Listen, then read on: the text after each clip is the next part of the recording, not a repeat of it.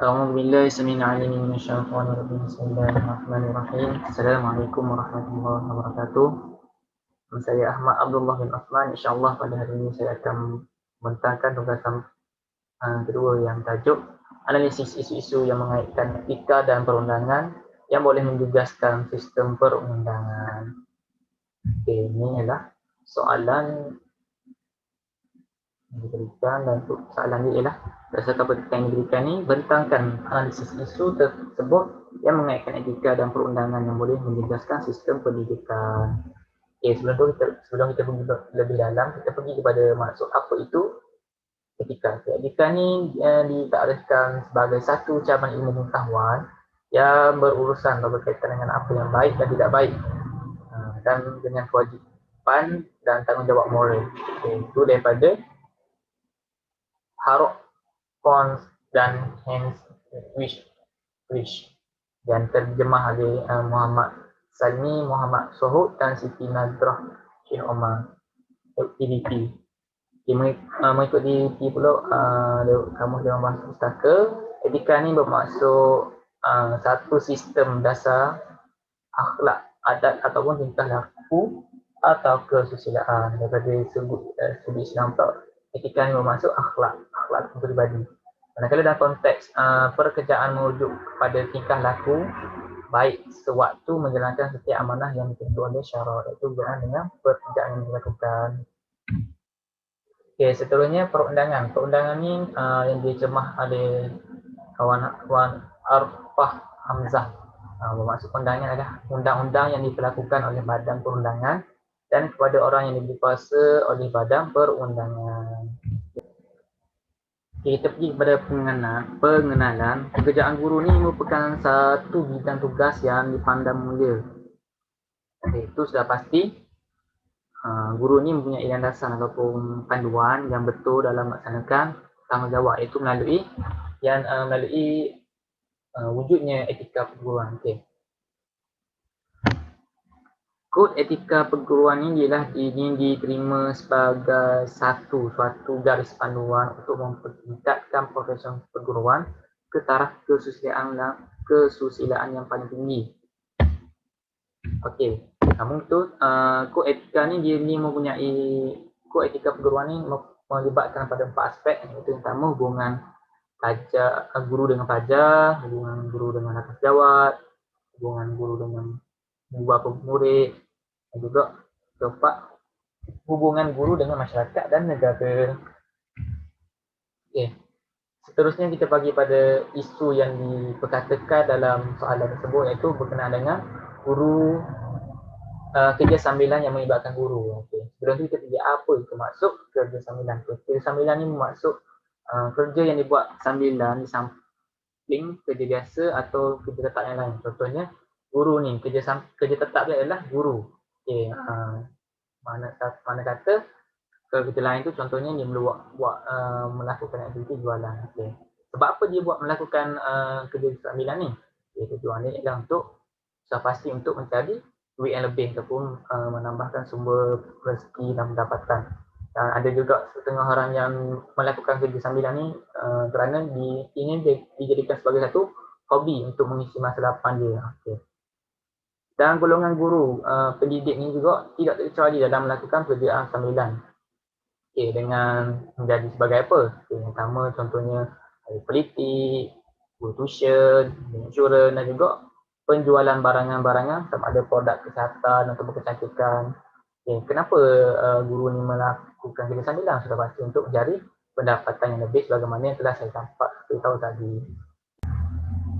Seterusnya kita pergi kepada kebaikan dan keburukan guru bekerja sambilan. Yang pertama kita pergi kepada kebaikan guru bekerja sambilan. Yang pertama sudah pastilah kebaikan dia apabila seseorang itu bekerja masih dapat duit ataupun keuntungan. Okay. Jadi kebaikan kami itu mendapatkan sebuah pendapatan tambahan. Sebab apa dia melakukan ni? Sebab melakukan kerja sambilan ni kerana yang pertama sudah pastilah untuk membantu meningkatkan taraf ekonomi keluarga disebabkan oleh zaman sekarang ni taraf ekonomi dalam sesebuah masyarakat atau negara ni memerlukan kepada kos yang tinggi. Itu juga menyebabkan guru ni terdorong untuk melakukan kerja sambilan. Okey, yang kedua berkenaan dengan nilai tanggungjawab sebagai ketua keluarga. Okey, sudah pastilah apabila seseorang itu bergelar sebagai bapa ataupun ketua keluarga, dia ni mestilah akan menunjukkan nilai tanggungjawab sebagai seorang ketua keluarga dengan melakukan kerja sambilan dengan tujuan untuk memenuhi keperluan dan kehendak dalam sesebuah institusi kekeluargaan bagi menampung segala kekurangan yang ada. Bertujuan untuk apa? Tujuan dia untuk memastikan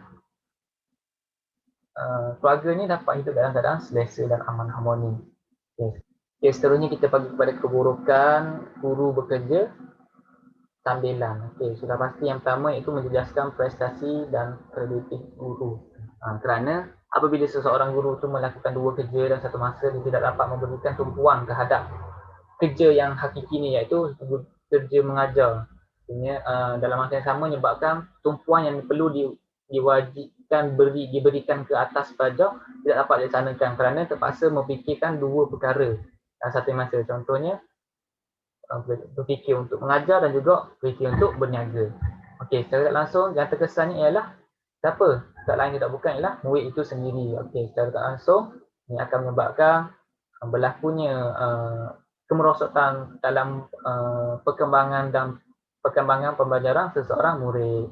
Yang kedua, selain daripada murid itu sendiri, sudah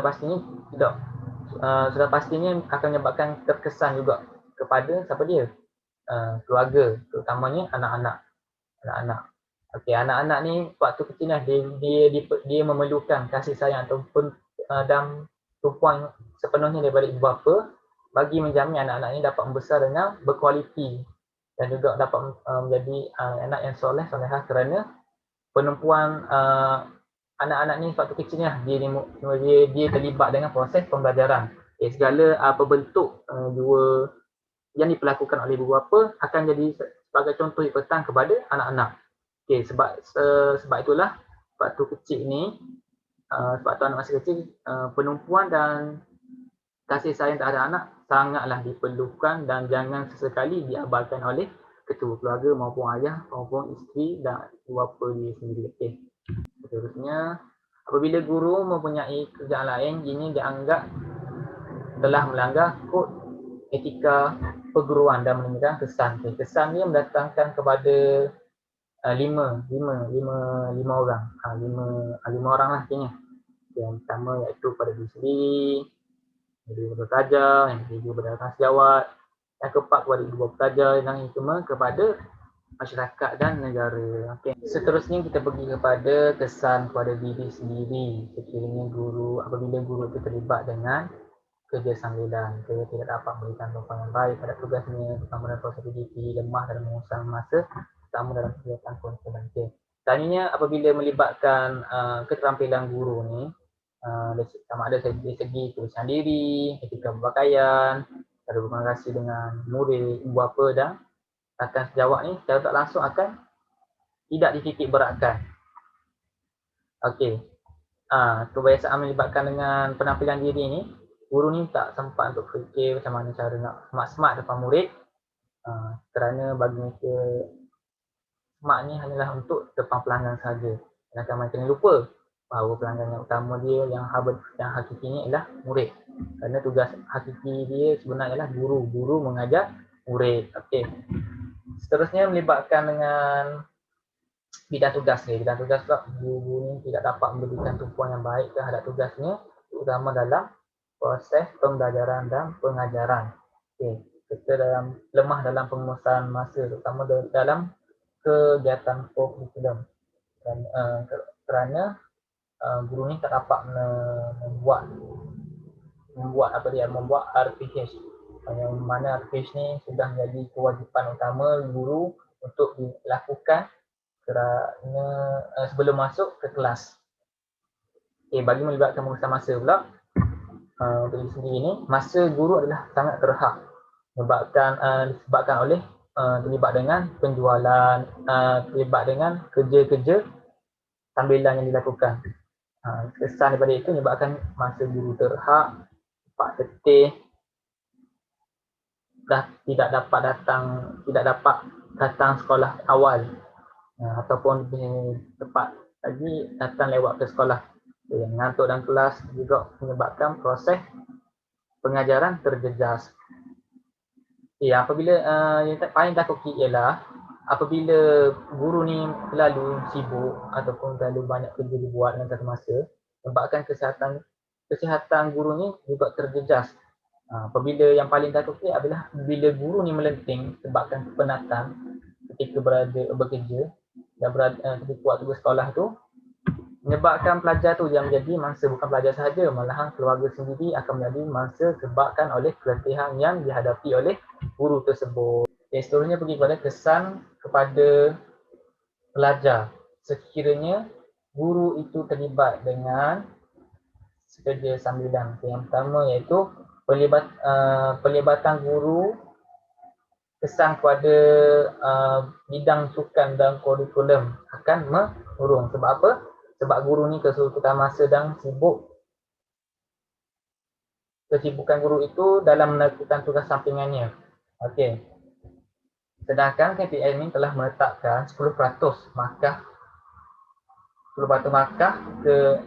untuk pergi ke SPT, Sekolah Pelaksanaan Penuh dan Pusat Pendidikan Tinggi adalah daripada kegiatan sukan dan kurikulum.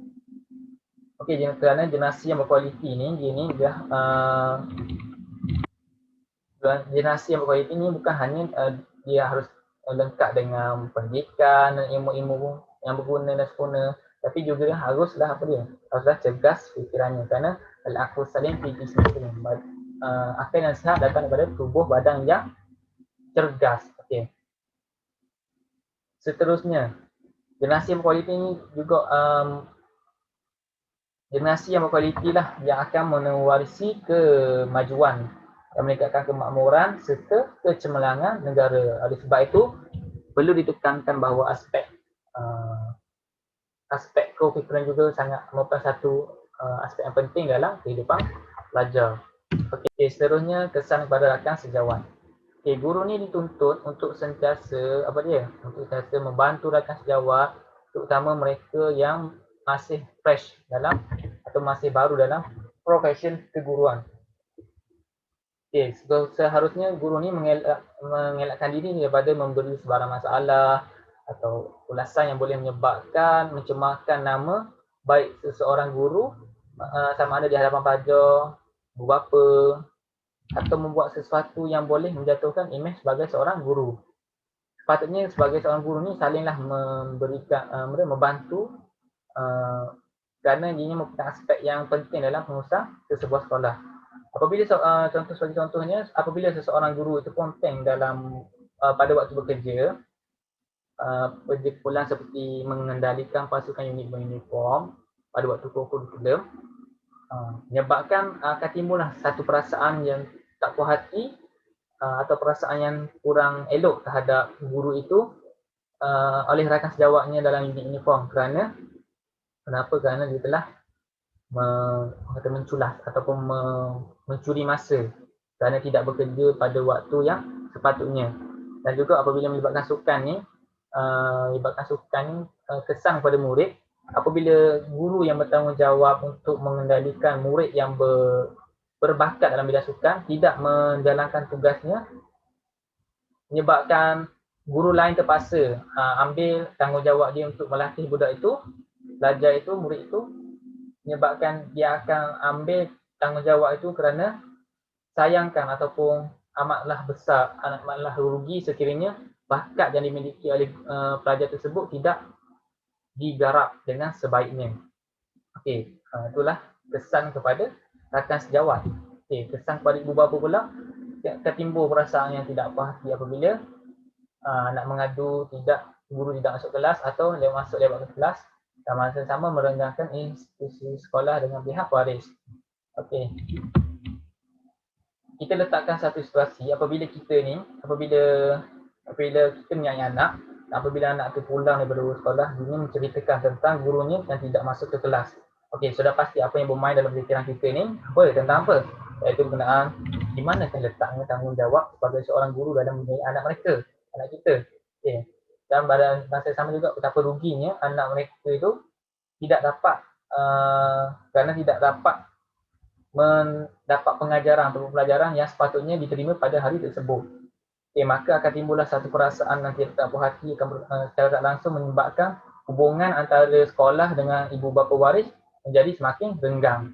Seterusnya, ada juga sebahagian sesetengah guru yang menceritakan tentang profession ataupun kerja sambilan yang dilakukan oleh guru tersebut kepada waris sehingga menyebabkan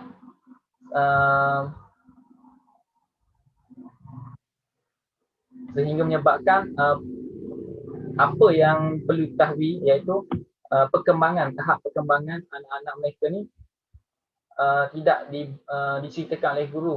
Apabila dah berlaku macam ni, menyebabkan ibu bapa ni akan merasakan satu perasaan yang kata bad mood sebab apabila dah guru cerita pasal profession dia, secara tak langsung ibu bapa akan jadi down sebab guru terlalu menceritakan apa yang dilakukan oleh dia.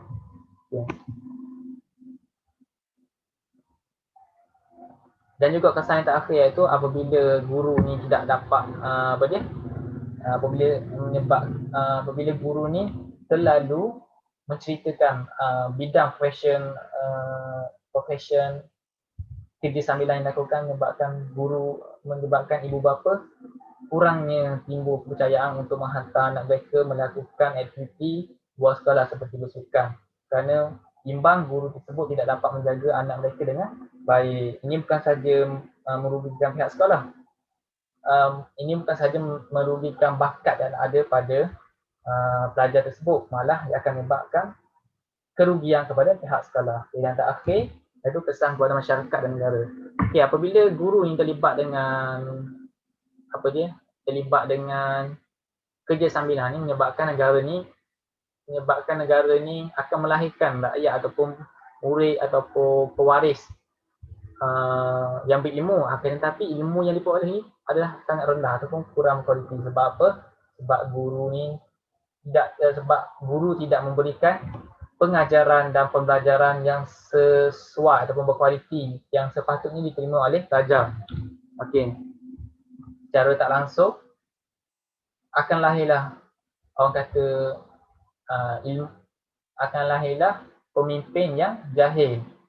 Kerana kerana ilmu yang diberikan oleh pendidik itu tidak diberikan sebagaimana yang sepatutnya disampaikan oleh guru. Sebagai kesimpulannya ataupun penutup, seorang guru tu perlulah memahami akan tanggungjawabnya yang sebenar, iaitu dengan cara dia